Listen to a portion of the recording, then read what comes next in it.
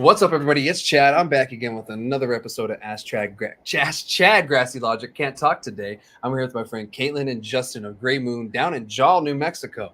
So you guys are the very eastern south tip of the state, pretty much, right? Yeah, like very, very bottom corner. Yeah, just like right over there. Yeah, it's a little small area. I'll let you guys introduce yourselves and talk about it more because you're from the area. But thank you all for joining me. We're gonna have a great episode today. We're gonna talk about them because Sunland Park isn't the only area that touches Texas and New Mexico. So it's great to have places elsewhere in the state, especially like somewhere like Jal, because you don't always hear that. But if you look at the sales, you guys only have like 6 dispensaries, but like everybody's like over 100K. In sales. So you guys are doing pretty good out there, especially yourselves, and your sales and everything. So congratulations on that, by the way. Yeah, thank you. Thank you. Of course, yeah. And if you guys could go ahead and introduce yourselves. Like I haven't actually had the chance to really get to know you either, so this would be great. Yeah, so I'm Justin. I'm originally from Pecos, Texas. Graduated in Monahans, Texas, and actually met Kaytlinne in Odessa, Texas when we started first talking and everything. And then we started our family, moved down to Jal, and since like 2023 started our cannabis journey. Yeah, and then I'm Kaytlinne, so I'm from New Mexico. I grew up here in Jal and in Eunice, so both in this bottom corner, so I've always been around here. And then I went to college over there in Cruces and stayed there for a little while. And then I came back over to Odessa, and that's where I finished up my degree in biology, and that's where I met Justin. And then we ended up starting a family in Jal, and when everything went legal, he was working in the oil field industry, and I was working in the mining industry, like by Carlsbad, New Mexico. Mm-hmm. And we just ended up, going into this, 100% back in, I think we started the company in like 2021, and then everything was able to be like greenlit, and we were able to start in like 2023. Crazy. So did you guys think Jal was gonna pop off like this, like it has? So like I ran the numbers. I was sitting out at work one day, and I just, like most people, just like really hated my job, and I was getting like dreading the drive to come home on 128. I know it's one of like the most dangerous roads in the state, so I didn't really want to do it every day.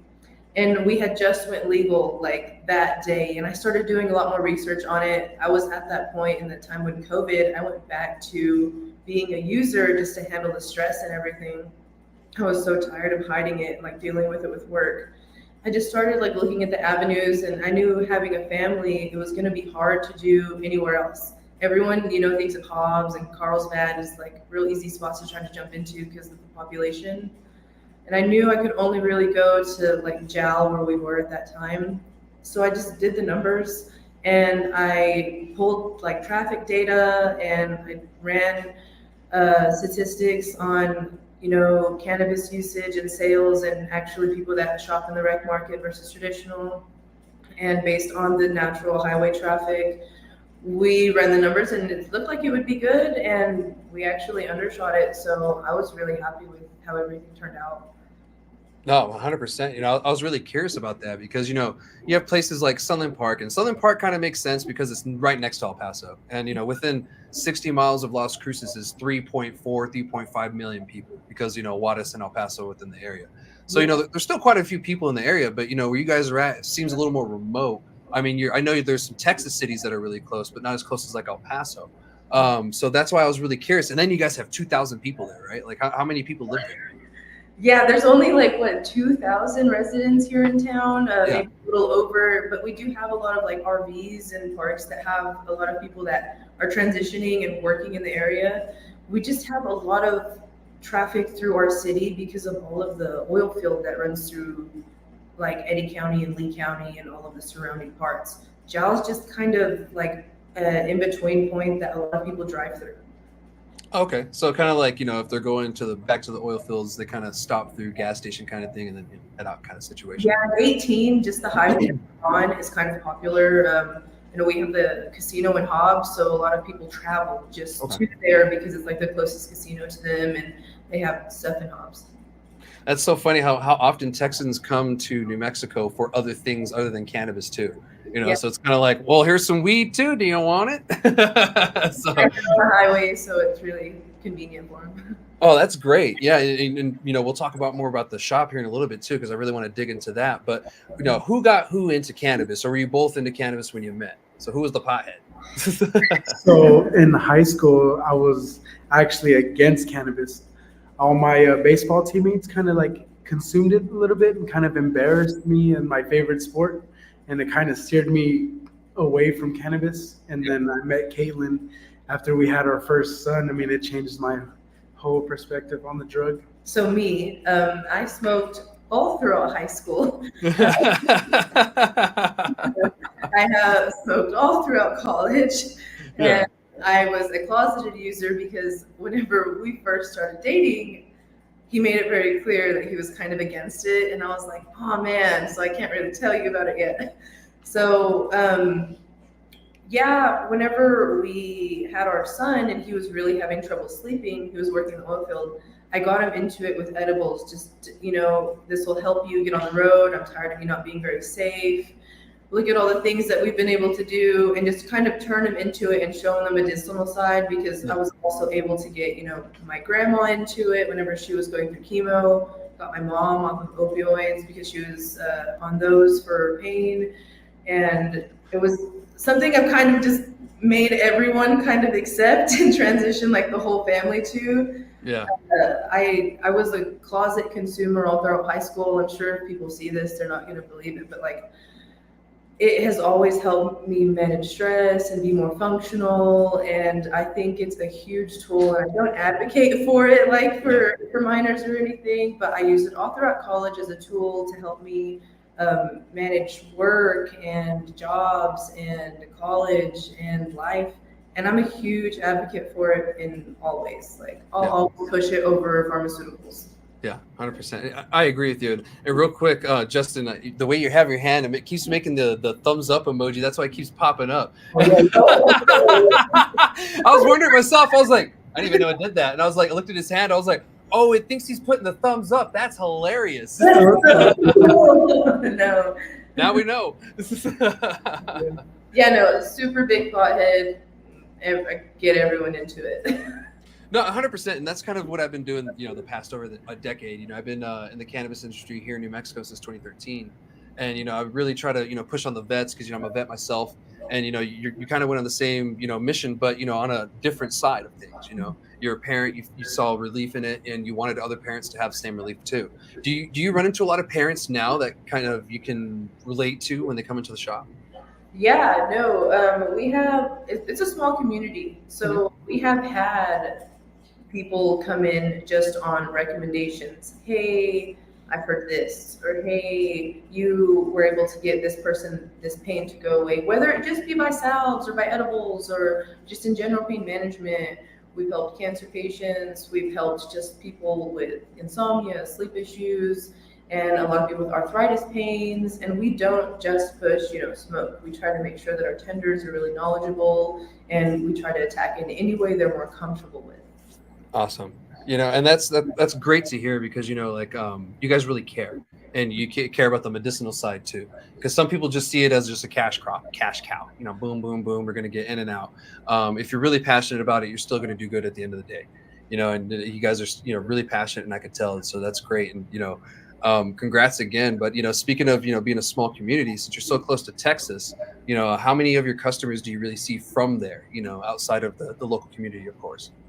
So I wish the local community support was a little higher. I really do think, since the negative stigma is still abundant around here, no one kind of wants to be seen here, and we do hire a lot locally. So I can see why more people still outsource and they go to hubs in bigger towns. Most of our support is from Texas. Yeah. That's interesting. You know, to hear that, because, you know, there's not much to select there, and then they go to Hobbs. How far is Hobbs from you guys? About 45 minutes. Oh, okay, so that's not too bad, but still, it's not like, too bad. Yeah, we have to go get most people have to go get groceries there, so I still see why it's very convenient. And right now, Hobbs's prices are crazy. I mean, they're very, very low down there. Yeah, and to be honest, that's kind of a state thing. You know, even here in Cruces, Sunland Park, you know, it's a race to the bottom. And a lot of places, you know, I keep telling me, if you can hold off and not meet them at the race to the bottom, you'll be okay. because that race to the bottom is only a temporary thing. It can only last for so long. Yeah, and that's what we're trying to do just by trying to maintain quality, you know. Yeah. Yeah, 100%. You know, and yeah, if you maintain quality and everything, you know, you're going to be great. So like, what cities do you really see from Texas show up at the shop? Really, you know, do you see a lot of bigger cities, or is it more like the Midland crowd, or maybe the Odessa? Because I know they're about hour and a half, hour 15 from you guys. Yeah, Monahans. Yeah, like Monahans, Midland, Odessa, majority of the oil field workers. Yeah. It's surprised. I mean, I was surprised when I was out there at random locations all the time, asking random people like, where are you driving from every day? And they were like, you know, Midland. I'm like, dang, you're right here by Carlsbad. You drive over here every single day. It's just blew my mind. Yeah, no, and I was surprised at how many, just in general, with 18 being I guess a traveler's highway. Yeah.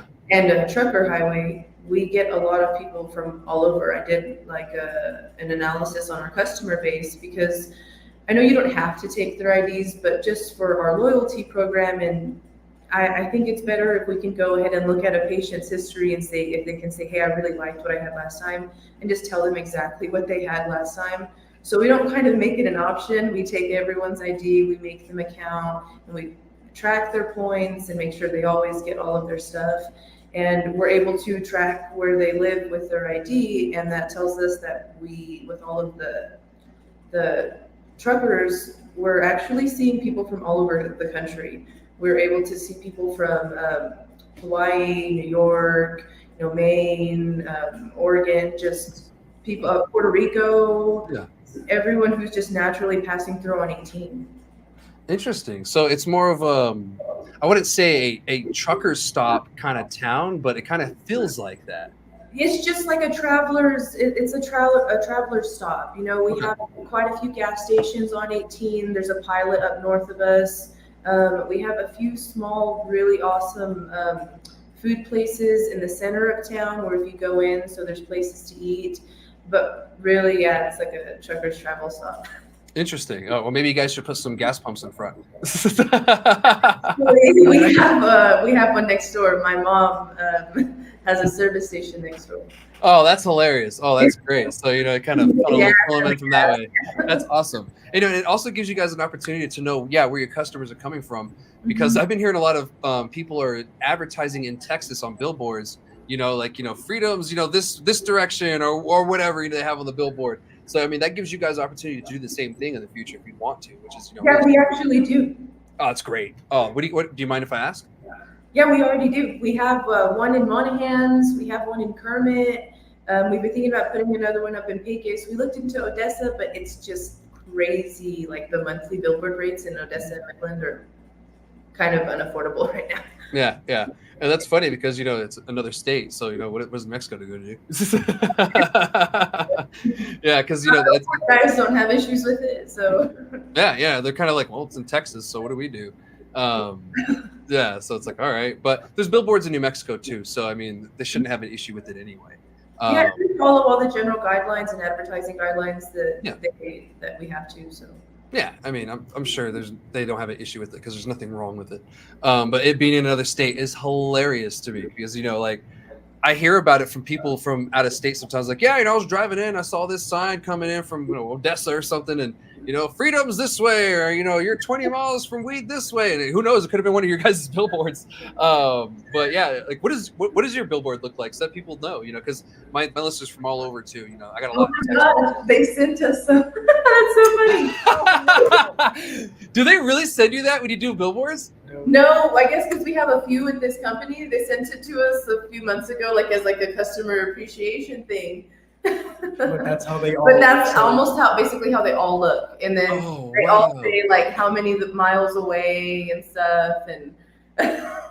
I love that. That is awesome. I love that. Oh my God, I was not expecting that at all. You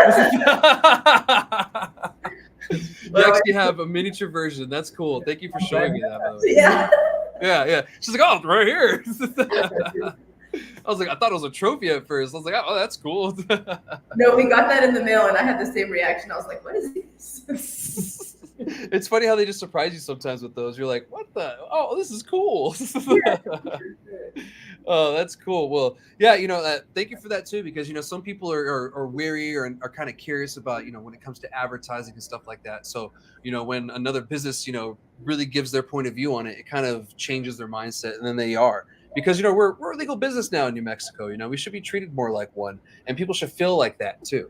And there's a conversation more I'll have later on in the show about something like that. But I want to continue it on with us and everything. So tell me some good and bads that tell me some of the with the goods come the bads. Tell me some issues you guys deal with over there in Jaw that are kind of unique to your area, because you guys are far from Santa Fe. You're far from kind of the other cities in New Mexico other than Hobbs and Carlsbad and those guys. What are some unique issues? I think just the distance in general has Yeah. caused us a ton of issues, whether it be like for transportation costs and Mhm. just getting our money to our bank, or getting our product down to here, getting flour down to our manufacturing facility, or construction. Yeah. It's really hard to get jobs done down here in the middle of nowhere. That's And true. that's caused us probably the biggest issues with growth and delay down here. Interesting. Do you see kind of the city kind of growing a little bit more because of the cannabis, or is it kind of? I think it's in general been growing a lot lately. I've noticed the city's been taking a lot of initiative and putting back into the community for the past few years, actually. They've Yeah. been developing a lot. But I do think cannabis has enticed a lot more people to move here. We've had a lot of customers, ask us about housing down here because they live in Texas and they're tired of it, but they still work around the area and they're looking into JAL just so they can be close to family and still be in this legalized state. I think that if it follows certain trends in that other states have followed. Yeah. Yeah. Interesting. Yeah, because that's what it sounds like to me. Like the cannabis refugees Mhm. is what they're called sometimes when they move to another state for the cannabis, especially for medicinal reasons. So JAL could be this little community of cannabis refugees that kind of showed up. Which is interesting. I'm curious to see come year 5, because that's usually when a market is very stable or becomes fairly stable, is about year 5. Curious to see what happens, especially with JAL down there, because you guys, are doing a lot of big things for such a little area. Like I said, like Southern Park, they only have 17,000 people there, and they have number 2 sales in the state. So you guys are doing pretty good. And when I look at the sales, I'm like, JAW, oh hell, what the hell? Because I look at everybody's sales, I look at all the numbers and everything every month and all that. So of course, I looked at you guys before the show, and I was impressed. So congratulations. Yeah, I was like, I wonder how JAL's doing. I was like, oh, these 6 shops, because the last time I checked, I think there was only 3, and now I guess 3 more popped up.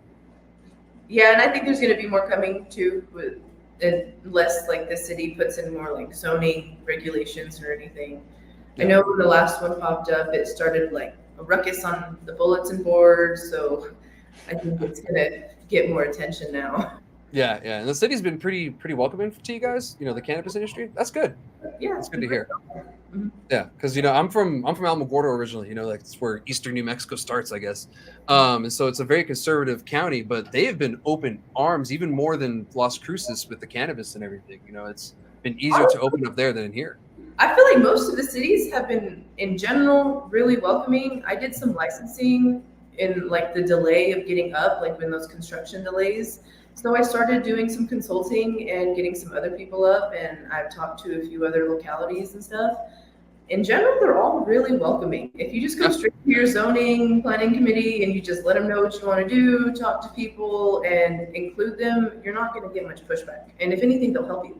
Yeah, they're all about business, which is great. Yeah, seats, baby. Yeah, exactly. And last year when we had the town halls we were doing, we kind of figured that out too. We found out that Eastern New Mexico was very cannabis friendly, especially in Hobbs. We found out that Hobbs, they were just giving them hugs essentially. Like, oh yeah, come on, oh we need help with this. There's a dispensary opening every week over there still. Yeah, that's true. All that Texas oil money and everything coming in. I have friends that military friends or friends that just are from Texas that taught me, yeah, I go to this place or I go to Carlsbad and they're asking me where should I go and this and that. And so now I have another spot to send people to because you guys and everything. So speaking of, let's talk about Gray Moon a little bit more. And I know I talked about the area, and I really wanted to knock that out because like it's just such a unique area. And you guys are in such a unique situation. That it's actually exciting to really look at the numbers and look at it and go, oh man, that's cool. So where did the name come from? I mean, like where did you guys really come up with that? So it's actually our kids' middle names. Okay. Yeah, so our oldest is Jackson Gray and our younger boy is Colin Moon. So I just went with both of those. I thought they sounded really solid together. I really didn't. I went to a seminar that got into, why you should really stay away from names that really sound cannabis, just for banking and for legal stuff and just for ease.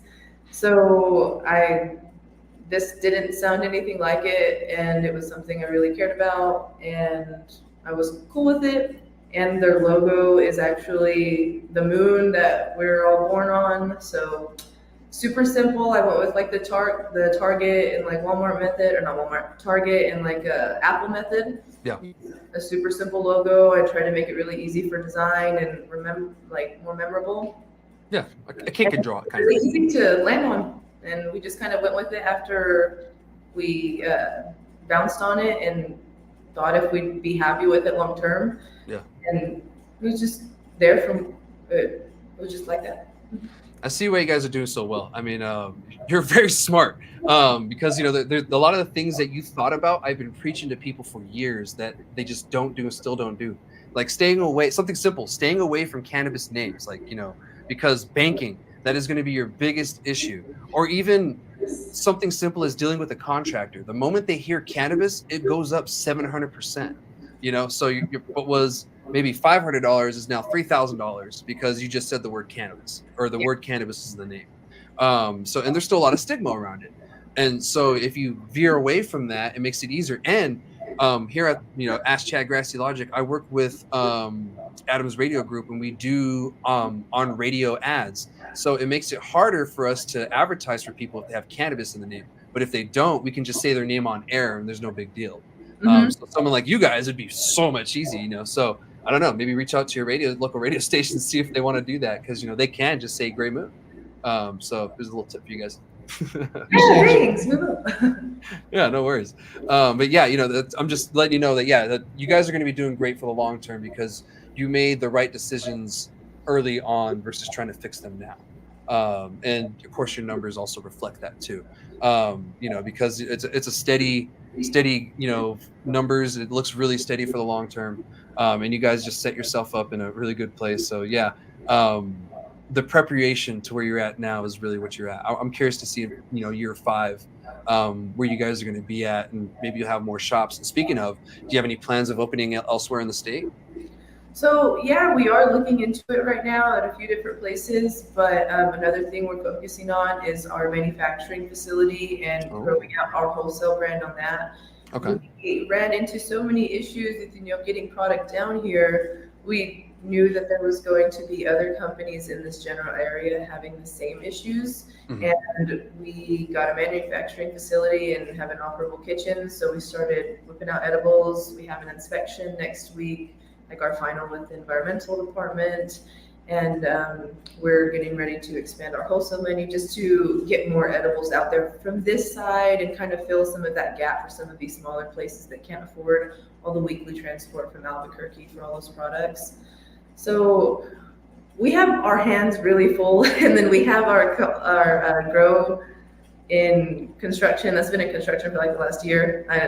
I know like a lot of people, electrical, getting that done with the greenhouse is a monster. Permitting has been a monster. Yeah. So we're steadily in delay, but that's honestly just to help us sustain later. We know at some point we'll need to be able to have, our own in-house budget options and something to lower our manufacturing costs down the line when prices crash. So we're just kind of trying to prepare for the future so we can ride it out. Yeah, and you have to prepare for the future anyway, because the success with Texas is only temporary, unfortunately. You guys might be doing all pretty good because you're in more of a rural area, so they can kind of shop more and they're closer. So because for a while, when Texas gets set up, we'll still be okay because you have the rule process, and then they have to get the licensing going, and then they have to get operating, and then for about the first year, the quality is ass because that's the way it's been everywhere that goes. And the prices are the way it is. Yeah, for sure. Yeah, so that they might as well just keep coming to New Mexico for like the next year. So we're still about 7 years out, 5 years out, if we're lucky 10. But you guys are still you're prepping for the future, versus just sitting there like, well, we're making a lot of money now, we're just going to sit on this, I'm gonna go get a boat, we're going to go to Belize. So yeah, it sounds great, right? One day you'll get there, but making the right decisions, longevity, you guys will be good. And I think you're headed that route, because I was going to ask you about the grow if you guys had one, or if you're thinking about doing one, especially out there. You guys would kill it. Yeah, so we've been working on it for a while. It's just like everyone else in the state. We've had delays with construction. We've had people not show up. We've had so many issues with this greenhouse kit. We've actually gotten to the point to where it's looking like now we're going to consider doing an indoor, like all on the same property, just because of where timing is starting to overlap and where things are starting to make sense. Yeah. But we're going to get there at some point. Yeah. So who's the grower? Are you the grower, Justin? I'm going to try, honestly. Yes, sir. So we have a few consultants, one from out of state and one that is actually putting together the greenhouse kit for us. Finding someone to do a light depth kit with the system and all the automations is actually harder than we thought in this area. And to get someone to come down here and do it for that extended period of time. Yeah. So we had to pull someone down here from North Carolina, and this is all he does. Mm-hmm. So he also is on as like a consultant, and we've been looking for a grower. There's just no one that really wants to relocate to the area. So we know a few other growers around the state that are doing in general the same thing. So Justin was going to go ahead and take it on with all of the help that we have, and just make sure we have solid genetics, and we're going to go ahead and man it down here. Yeah, well, good luck to you, man. Just as long as you stay to the recipe and stay true, you'll kill it. Yeah, I appreciate you. I'm just worried about that sun. Yeah. Oh yeah. My best advice to you is get a 4x4 tent now and start growing right now. Unless you already are, then you're ahead of the curve. But yeah, I always tell people, if you're going to grow it on a scale, you need to start growing now. So yes, yeah. Sir. Heck yeah, man. Yeah, I've been growing for like 12 years, so I get it. 100%. And if you guys have any information on, some other contractors or something like that, hit me up. I might have somebody, that might want to go out there, and get away from civilization, because some people do like doing that. No, absolutely. Awesome. That'd be awesome. Yeah, because, you guys are going to do great. But so tell me, what products do you have at the shop? I found out you have your own. But what other products do you have? I mean, I see the what is it, the High Cultures shirt right there? High maintenance. High maintenance. High maintenance. Yeah, high maintenance. My bad. Yeah, no. So we do carry high maintenance. We carry a lot. We carry like flower from across the state. We try to work with small guys, and we do have to work with big guys too. We have a ton of edibles. Same thing. We try to carry everything. Same with the vapes. We carry everything from like carts to the disposables. We also started carrying the tobacco vapes, like the geek bars and stuff, because we had so many people coming in asking them for normal vapes. They're like, oh, we thought you had normal vapes. And we realized there was a hole for that here. There's not a tobacco store here in town. Oh, okay. Yeah, so there was just actually nowhere to buy them. So we went and got a license for that, and got with the alcohol and tobacco division and the cannabis division, and they all said it was okay. So now we sell that. We do sell like the alternative mushroom stuff. It's a huge market down here. So as soon as everything goes legal, we'd like to fill that gap down here as well, because we're also like shroom friendly. Yeah. We sell tons of topicals. We sell glassware. We sell We try to sell everything, at least something in each category. We sell to our budget guys. We have like budget friendly items. For like our wax, we have rosin at the top. We have mid tier, which is like diamonds and live resin. And then our bottom, we have like our budget and our BHO. So we try to serve like every part of the customer base that we can. Make sure everyone can come and find something that they'll be happy with. No, that's smart. It's what the customer wants, not what you want. I don't know how many times I have to tell that to people. Yeah, inventory is a nightmare, but yeah, I'm sure it is. You like it. Yeah, the customers I'm sure appreciate it. They keep coming back, and I'm sure they tell their friends, and word of mouth spreads, and Texas is a big state, so word of mouth goes a long way. And like you said, a lot of your customers come from around the nation because of the truck drivers, so they got friends too. Yeah, and I mean, in general, with him being from Texas, like he's from Monahans and Pecos, and I went to college in Odessa. We were actually like had friends from over there that were like, "Oh, that's super cool," and they come down and visit, and then they tell other friends. So we've been able to have some client base from over there too. So that helps you guys out a lot too. Just being able to pull from that and over to this way. I mean, that probably helps a lot. And smart at the same time. You guys are using the resources you have, and some people just don't know how to do that. Yeah, we try. We always talk about it. We're kind of always advertising. We just wear our own shirts and our gear all the time, and people just ask. And we're always super transparent about everything. And then we just, if they're interested, we tell them, just come give us a visit and we'll help them out. Yeah, a lot of Texas folks don't realize that all you need is just a driver's license, a valid ID to shop with us. Everybody still kind of thinks that you have to have a medical card. And maybe that should be on the billboard next. Yeah. Yeah, no medical card needed.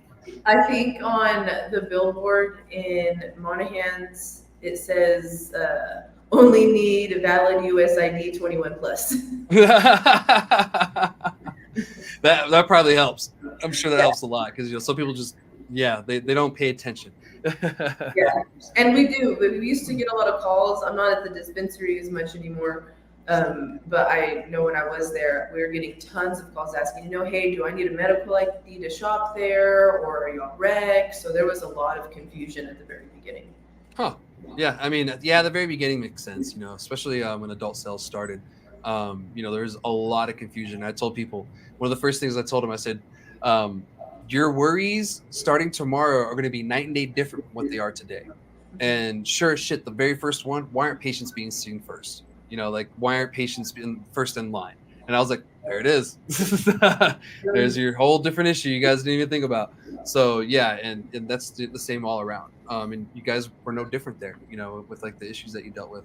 But yeah, so do you guys do any events over there? Do you any like pop-ups or kind of anything like that? I know it's a small community, but sometimes, sometimes we'll have vendors that come down and they do pop-ups at the store. We have like an annual canniversary event, and then we have one for opening, and we run a bunch of sales. But in general, just because of where we are, there's not a whole bunch of turnout. There's turnout for the sales and the deals we're doing, but unfortunately, the vendors don't get a whole lot of love. We're gonna have to create like a cannabis big old festival down there or something like that to draw people. We do Dank in the Desert around 420, and that gets a lot of stuff over there. But the last couple of years, we haven't been able to go because we've been so busy down here. Yeah. And but I wish there was something like how in Albuquerque and over there in Cruces, I notice y'all always do like get-togethers, and there's a lot more community. There's not a whole lot of that over here, and I wish at least in Hobbs, because it's drivable, we'd be down for stuff like that. Yeah. Oh, maybe it's time to create the community. It takes a while, but I think y'all can do it. You got the organizational skills. Country music and weed, and we're good to go. Yeah. There you go. Maybe have a 2-stepping country weed night. It'd be perfect. Date nights, country. And one thing that's really catching on too are the cannabis drinks. You guys can maybe host a cannabis drink mixer night kind of thing. That's something that's really kicking on, and to be honest, that's going to be the future of cannabis. Yeah, drinks. I think so too. We have a ton of people that come in, and they'll just come in and buy out their max in whatever drinks we have available, and they just come back the next time and do the same thing. Dang. Yeah. See, I told you, I keep telling everybody, you know, the drinks are the future of cannabis. And, you know, I keep getting, you know, I keep proving everybody wrong when they tell me, you know, it's not. I'm like, the signs are there. It's all there, dude. I hate it too, but, you know, it is what it is. And to be honest, casual, you know, it's just easier. It is. It's less offensive to you know, more people. You know, there's no smoke. You know, there's no, you know, secondhand whatever to anybody. Little Timmy isn't gonna get cancer and, you know, have to be on crutches or whatever. And I mean, it is, edibles are the safest way to ingest, so it probably be better health-wise in general for everyone to switch over. Until your tolerance like skyrockets, then you just want to chill out from all that sugar, honestly. Yeah, and that's one thing I've really been pushing for too. Is, you know, once we do allow more drinks in like restaurants and, you know, or a cannabis bar or consumption lounge, or if they decide to allow cannabis alcohol and cannabis drinks to be in the same place with regulations with it between the two, you know, that there needs to be a lower, you know, milligram of cannabis in it, you know, like maybe a 5 to 20 max, you know, because someone can green out really easy when it comes to drinks too. So that's another thing with it, because with the nano, you know, emulsification, you know, then working within 10-15 minutes, like, you know, alcoholic beverage does, you know, now, you could see it working faster. And if someone does 3 shots of T8, you know, of a cannabis drink, you know, they might be snapping around the corner, you know, and that's no bueno. Yeah, for sure. No, I think with the drinks that there's just so many things you can do, but I've noticed some on the market.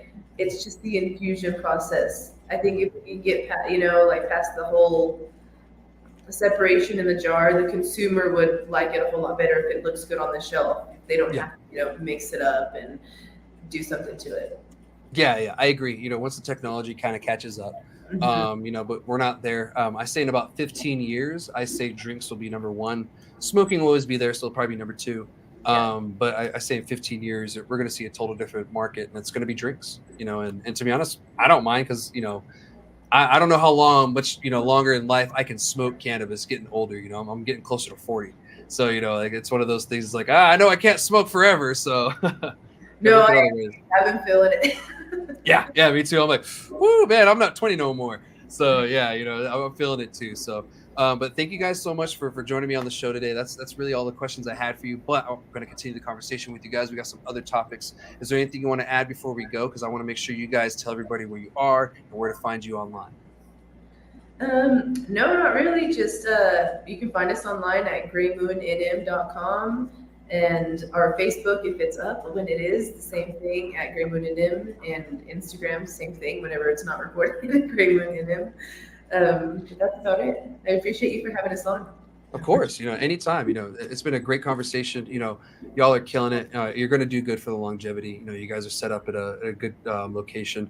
You know, you're lucky having her around, man. She's smart. Hey, brother. I was like, dang, you guys are doing good, man. But yeah, let's continue the conversation on. We're going to be talking about recalls in the state, and I'm sure most of us in the state have heard about it by now, and I'm sure you guys have as well. So there was a recall that happened that the CCD enacted last week, and now pretty much every media outlet from New Mexico to a few national ones have picked up the story. So I figured I might as well share with everybody and kind of give everybody a detailed what's going on. So what happened was we had a certain producer, and it looks like they had an unauthorized pesticide that they used with their cannabis crops, and then they went into a bunch of different products, and it went throughout the whole state. And so now they're trying to get all those products back. One thing that's weird about it is they had tested these products back in November. So these products tested for those pesticides almost 8-9 months ago. So these products have been in the market for a while. So that's one thing that kind of worries me, is what took so long. Now, was it the fact that they jumped from testing facility to testing facility until they got passed, or was it something else? I have no clue. But that kind of worries me, because like that means that we have an issue in our industry where something like that can get out and stay on the market for that long, unless there was some heavy manipulation going on. For the sake of everybody's health, I will share who the company was, and it is documented through government documents, so it can be backed up. It's WH Agriculture LLC. AKA Maggie's Farm. As you guys know, Maggie's Farm originally came from Colorado. They're one of the OGs who were around when, you know, cannabis legalization happened in Colorado and in Washington around the same time. But Maggie's they were located there, and they are here in New Mexico now too. So it's unfortunate that happens. But if you guys do have any Maggie's Farms products on hand, call the dispensary that you got it from, see if they can get you a refund or maybe a different product to replace it, so that way they can take it and properly dispose of it. And that's the proper way to go about it when we have a recall. It's pretty much standard. You know, if you get a recall from somewhere, either you contact the manufacturer or the store you got it from. It's usually the store you got it from. They take it from you, or, you know, reimburse you, whatever. So that's just standard when it comes to it. I was kind of curious, you know, how many goods get recalled a year. I was just kind of curious because this is the second time this happened this year in our industry, and it fluctuates from 11% to about 40%, which is weird. So yeah, like that's, you know, like nationwide, you know, with goods like food and stuff. So that's kind of alarming, because even at 11%, that's quite a bit of goods that gets recalled every year. So twice in our industry, you know, seems alarming, but at the same time, we're doing better than most other goods. You know, that means that we are regulated, but the fact that this happened, you know, 8 months ago is alarming. Real quick, you know, before I get other opinions and, you know, other stuff too, what you guys kind of feel about this, I want to tell everybody where these shops specifically are. And I got this from a news article, this part. So the dispensaries that, you know, people bought these from is our Greenleaf, and that's going to be in Sunland, Alamogordo, Las Vegas, Carlsbad, and Albuquerque. Loud Cloud in Albuquerque, House of Blaze in Albuquerque, Everest Apothecary in Albuquerque, Berlin, Los Lunas. So if you bought any products from Maggie's Farm from any of these locations, give those locations a call. Do not use this. The pesticide that they had is pyrethins. I think I said that right. It's just another bug pesticide. I think it's another neurotoxin for a bug. It's not good for humans to ingest as well, especially smoke. So if you are someone who has that product, you know, be very careful. And, you know, if your loved ones or whatever, just check on them. I know older adults like my parents, they really like Maggie's Farm because that was one of the original ones that they got when they went to Colorado. My dad's from Colorado, so they go there every year. And he still does to this day. So I made sure I gave him a call, see if he had any from New Mexico. He said, no, I had it from Colorado. I said, okay, cool. Just still keep an eye on it. So far on this, I mean, how do you guys kind of feel about that? You know, like, to me, it's a little alarming that, you know, something like that stayed on the shelf for so long. You know, I understand, you know, it testing for that, but staying so long is a little crazy.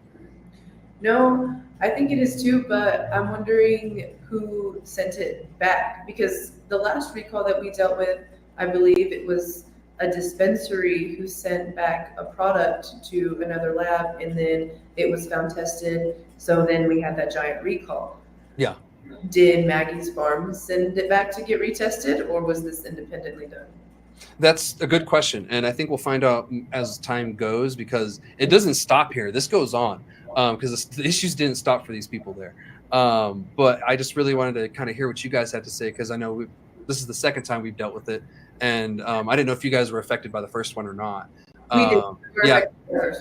Yeah. So how did that go for you guys? I'm kind of curious, you know, like how you kind of go about it. Maybe help the customer base too, kind of know what the process is.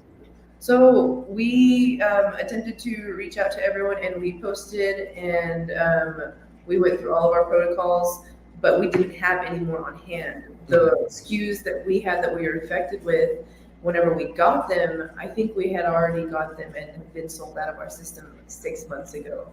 So even the customers that we were able to contact, all of them had already disposed of everything. We weren't able to get in contact with some. We sent out a mass email with everyone that we do have. And people did call in, but not for the correct products. We went ahead and we were verifying batch numbers, and we offered, you know, if anyone was able to find their stuff, please come in, give us a thing, we'll get it replaced, and we'd get in touch with our manufacturer. No one brought anything in. And we were even offering, like, I even offered to the people that I was able to speak to that they had already, you know, ingested the product, you know, please come in and we'll get you something else. I apologize for it. No one came in for anything. You did the right thing, by the way. I just think that because it had been so long, it was just kind of hard to do anything about it. If it was, you know, like you said earlier, a little bit more timely, like I think this situation is going to be the same. If anyone still has any of this product left, it's going to be the same thing. Yeah. Once You know what? ingested it, it was months ago. And that's good that you did that. You did you did over and beyond past the right thing. You guys just, made sure that the customer was good. Like even if you already ingested it, please come in. We're sorry. Like that's probably the best thing you could ever do. And the fact that people didn't, step forward and say, yeah, that I was one of them, backs up the fact that there haven't been any reports of anyone getting sick from any of these products yet, because I think people just don't or wouldn't come forward because of the fact of the stigma on cannabis. They think that if they contact any kind of government agency or even the dispensary, next thing you know, there's going to be cops at their house and CYFDs there. There's helicopters. So, I mean, I think a lot plays in their mind, and we're still with this stigma that we can't even as users seek help or, seek assistance whenever it happens. And we're getting thumbs up again.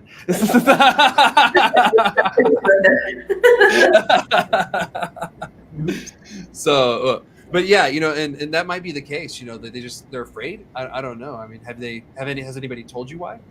So no, and then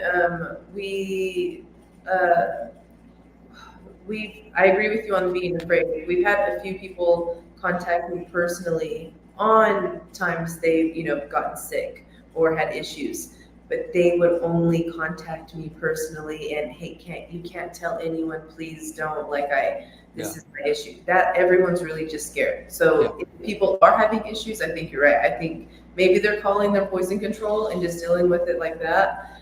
But I don't think that many people are going to report it. And with our client base mostly being from Texas, they might never. And that's fair, because they could be too afraid, because in New Mexico, they do recommend that you call poison control. And maybe they're too afraid to call poison control in Texas, and maybe living in Texas, they don't even know that this is going on, like at the same time, maybe, who knows.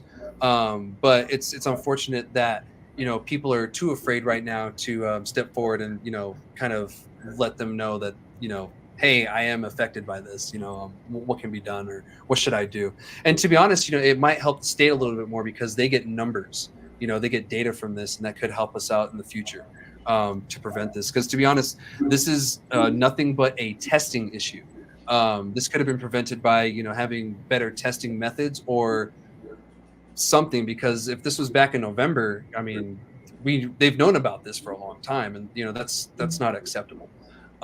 So I've been a big proponent of pushing for better testing, more standardization in testing, and a little more stringent in our testing, because to be honest, I don't think a lot of the facilities have really been inspected since they've opened, and that needs to change because the dispensaries get inspected all the time. Yeah, we actually got a mass email from the CCD about labs. I'm not sure if they're cracking down on them a bit more, but they had to turn over, all of their paperwork and anyone that's affiliated with the company, even minority partners. So I think there was a lot of stuff going on the lab side. Yeah, and that's been an issue in New Mexico. So we actually haven't been testing our cannabis for the whole time we had medical. We just started, I think, in 2016. Or 2017 is when we first started testing our medical cannabis, and at the time we called them the Dirty 30, the LMPPs when medical. They fought us tooth and nail to not test. It's going to make it too expensive. How are we going to afford it? This and that. They try to make every excuse in the world to not test cannabis. So we're still figuring it out. We're what, 8 years into testing in New Mexico, but I kind of feel 8 years in we should have a better grip on it. And it's just sad that we don't have more testing facilities too, because I think that's our second issue, is the fact that there's just not enough, on top of not enough good ones. Mm-hmm. Agreed. Yeah, and it's not cheap, I get it, but it needs to happen. So that's unfortunate, and unfortunate for Maggie's Farm. Their issues didn't stop there. So 2 days ago, CCD also issued a notice of contemplated action. And on that was 17 violations. So not only were they found to have the pesticides in this and got the recall, I guess CCD went over there and popped them for all kinds of stuff. I mean, they even had one on there where they didn't have their license displayed, something simple as that. I think BioTrack was another one, not tracking system, all kinds. I mean, at 17, I think 19 might be the record, or 17. I think they're tied for the record almost, for how many violations that one company has got. And that's unfortunate. because it kind of makes everyone else look bad too. And the fact that their legacy, that I wouldn't say legacy, that they're from been around for so long in the industry in general nationwide, is kind of weird too. It's because like, well, is this happening in Colorado too, or is this just New Mexico? Because like 17 violations in a state that's only been legal a couple of years versus one through 10 years. I mean, is that one being regulated correctly, or did this just happen here? So that's one thing that I've kind of, really been curious about. But to be honest, I think the CCD did the right thing by, cracking down like this. No matter who it is, we saw even cookies get popped a couple months ago for, a violation. And now when you go in their shop, they have flyers that say pretty much all the violations they had. They say, you cannot do this, you cannot do that. I'm like, that's smart. That is smart. That way you ensure no one does that again. That's why signs exist and warning labels. Someone did it. So, but they're trying to correct the wrong. So you can't blame them there. It's like, all right, cool, we messed up. Let's try to correct the wrong and let people know that you can't do that. So maybe that'll happen here. I don't know. At the time of the recording, I have no clue if they're gonna get rid of the license, how much the fees are going to be, because this is going to be a big check towards the state that they're going to have to pay. So I'm kind of curious where that's going to go. What are your thoughts on that so far? I mean, that's kind of shocking to hear. It's like, okay, and then boom, they get a 17 violations in a couple days later, I know. I'm kind of wondering if, something else happened, or if they weren't so forthcoming with inspection. Yeah. Because 17 is kind of crazy. It feels to me like it could have been maybe a little nitpicky. Yeah. And being in, like, when I was in the mines, in general, if you maintain good housekeeping, if your SOPs and all of that stuff is like in a row, you're in general going to have a pretty good, inspection. Yeah. But if you're not forthcoming, everything's kind of in disarray, you're not willing to let them in, and you give a little bit more pushback, they're going to go into every single thing they can to give you as many violations as they can. And I know there's a lot, I've been hearing a lot more of people not wanting to let CCD in, not wanting to be as compliant, and that the CCD officers have been having a little bit more issues with it. So I wonder if it could have been a little bit of that as well. It could have been, because normally in the reports, they do state that they didn't want to allow them in because that's a violation. That is a violation, not allowing CCD on the premise.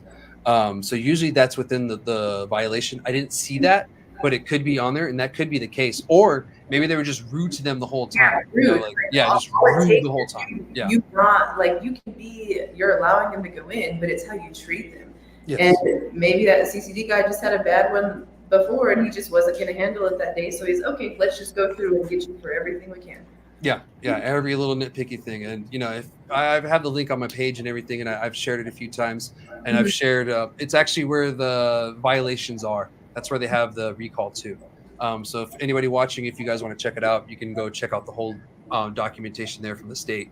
But yeah, 17 violations. I wasn't going to read all of them. I've done that before, and I was like, okay, I'm not going to read 17 violations and what it means and all that. So, but yeah, it's up to y'all to do it, not me. But yeah, it's really shocking and alarming. 17 violations, but you could be right. It could just been a bad day. But at the same time, why weren't certain small things done, like having your license displayed, like something small like that? I'm like, that's the simplest thing ever. You just put it in a picture frame and hang it up. You can use a 3M tape thing, to put it up there. It doesn't have to look fancy. For sure. I mean, everything could come down to management. If it's the facility, it could have just been who was running things at that time. And like you said, it's something super small, but super small and super careless. Exactly. So, and what that also tells me is like, all right, if this isn't right, what else is it? So maybe that could have happened too with the inspector. He goes, well, if you don't have this, what else is wrong? And so then he gets nitpicky, like, okay, I'm looking at this, and he's just looking at everything he can, because you triggered something, you triggered some curiosity in his mind. So, I mean, it could be a slew of things, I guess.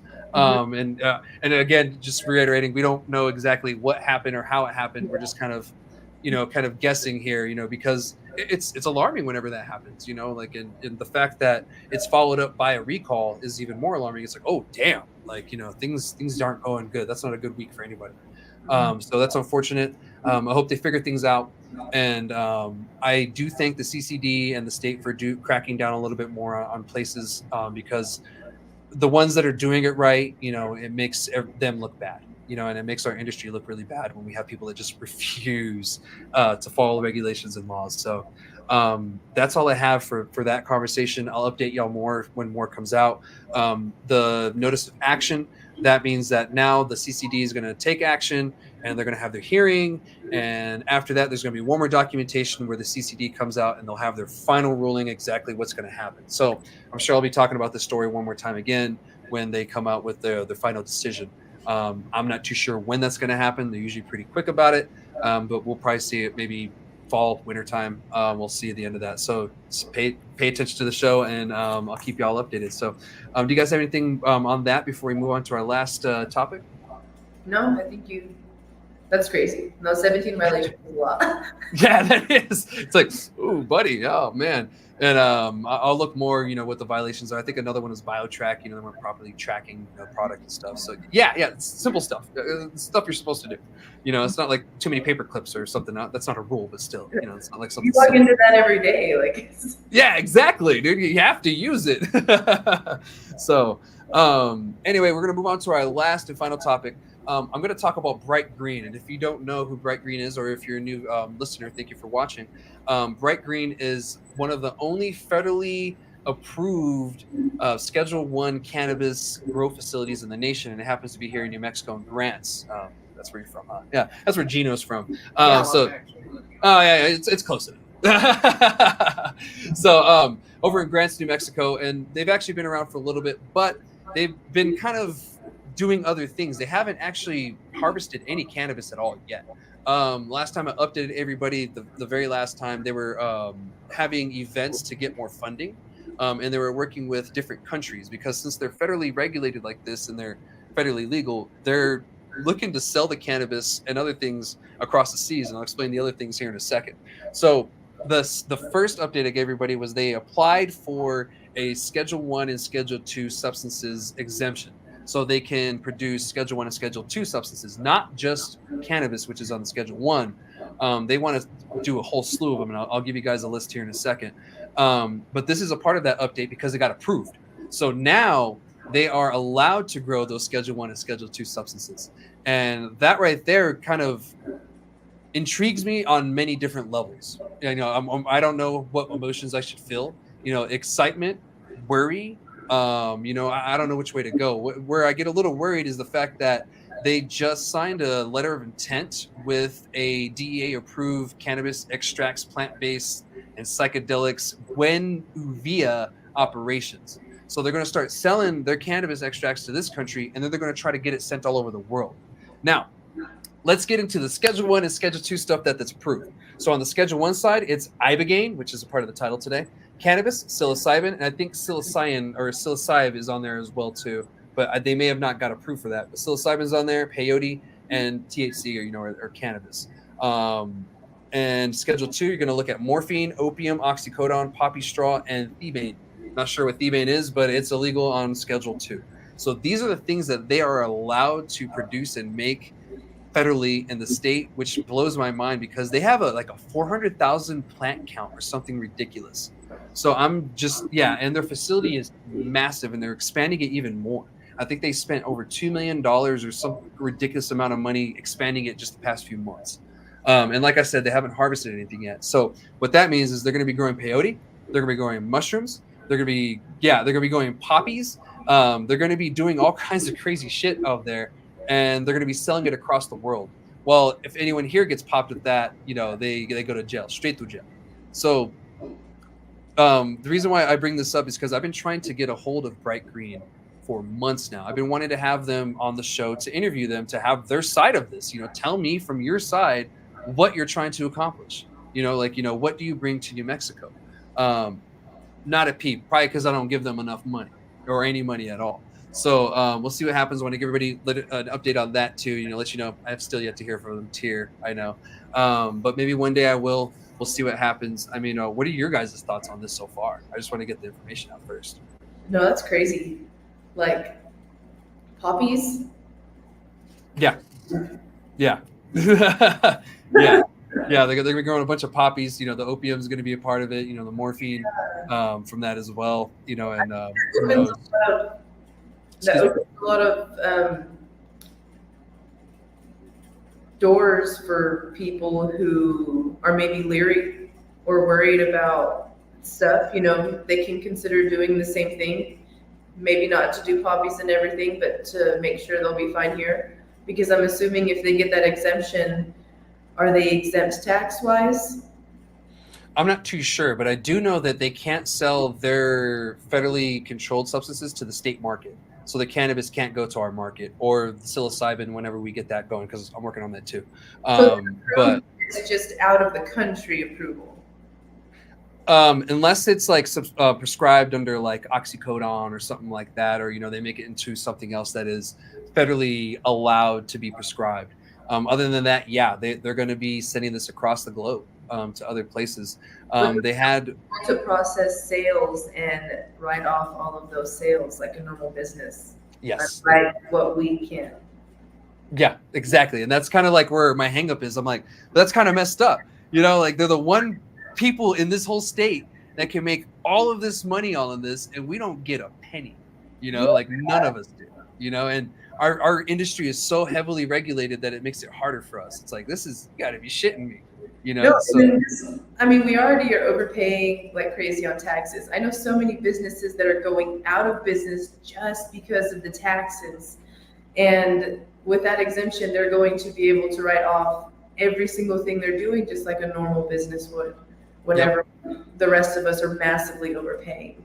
Yeah, exactly. And like, I really hope that, you know, and to be honest, they're probably not going to pay $280 for the simple fact that they got approved, and they got approved by the New Mexico pharmacy as well.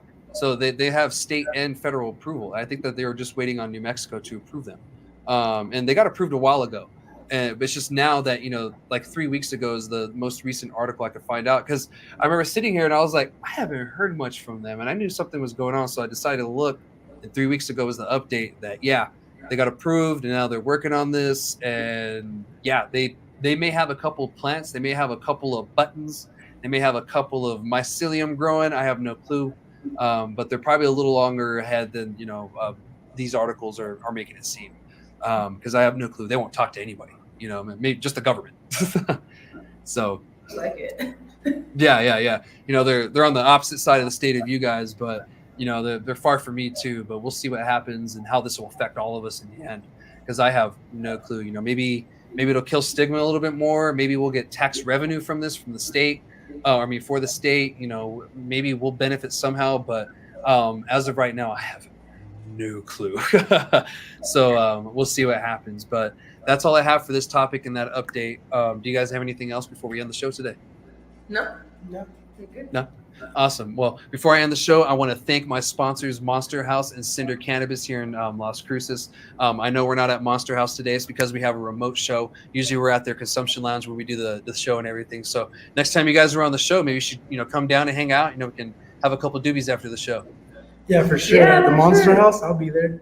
Yeah. Yeah, they're always putting on cool events now and everything. You know, it's one of the few consumption lounges we have in New Mexico. Maybe that's something that you guys need to do. Maybe do consumption lounge over there. Maybe that'll draw more of a crowd. For sure, if you know any investors looking into it, we have to, but it's going to be a pretty big investment. Yeah, that D. Johnson Clean Air Act gets a little pricey. 100%. Yeah, 100%. Well, thank you guys so much for joining me today. I can't wait to have you on again to get an update. You're killing it, and congratulations. You know, you guys you're doing a good job. Yeah, Thank you for having us on. Of course. And thank you guys again for watching. I'll be back next week. Make sure you like, subscribe, whatever you got to do to stay in the know. All right, guys, I'll see you next week. see you, Chad.